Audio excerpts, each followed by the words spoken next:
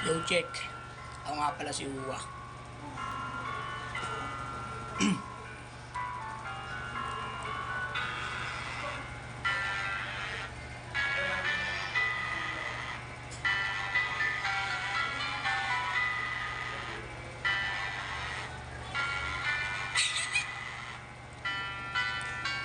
Alam ko, ikaw ay makakarating sa kung anumang iyong nais matutuloy sa pagsubod kahit pamalulod, umahaw ka lang sa pangarap, tumutok may harang pa man.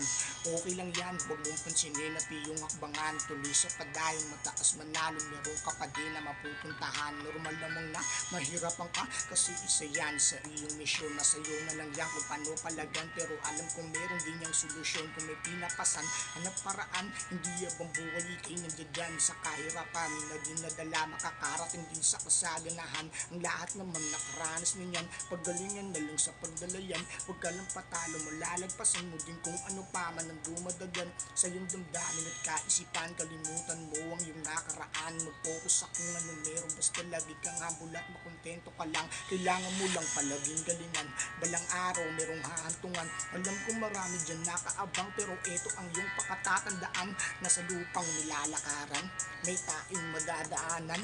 Kailangan mo lang iwasan hanggang marating paroroonan. Alam ko naman na hindi pa ngayon sumasangayon ng panahon, pero pagsapit ng panahon ititibay na din ang iyong pundasyon. Di pwedeng ikay mahina dahil meron dyan na manghihila, pipilitin ka nilang bumaba kasi dyan sila masiba.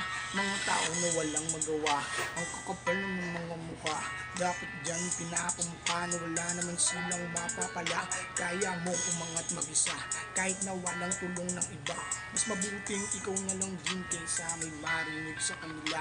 Pagtitigil ang gusto mong gawin, diretso ka lang at makakarating, tiwala ka lang at manalangin, maaabot mo din ang gustong abutin. Tuloy ka lang sa pag-abante, huwag ka agad nagagarahe, tuloy sa pangarap kahit na maalat. Alam kung makakamit mo yung pre, sabihan mo lang din ang diskarte, iwasan mo na mag-inerte. Isipin na lang na dito sa mundo ay wala ka nung ibang kakampi, kilusan mo lamang din ang natural. Ano naman kung matagal, alisin sa iyong utak ang nakabusal at huwag kakalimutan na lumugar.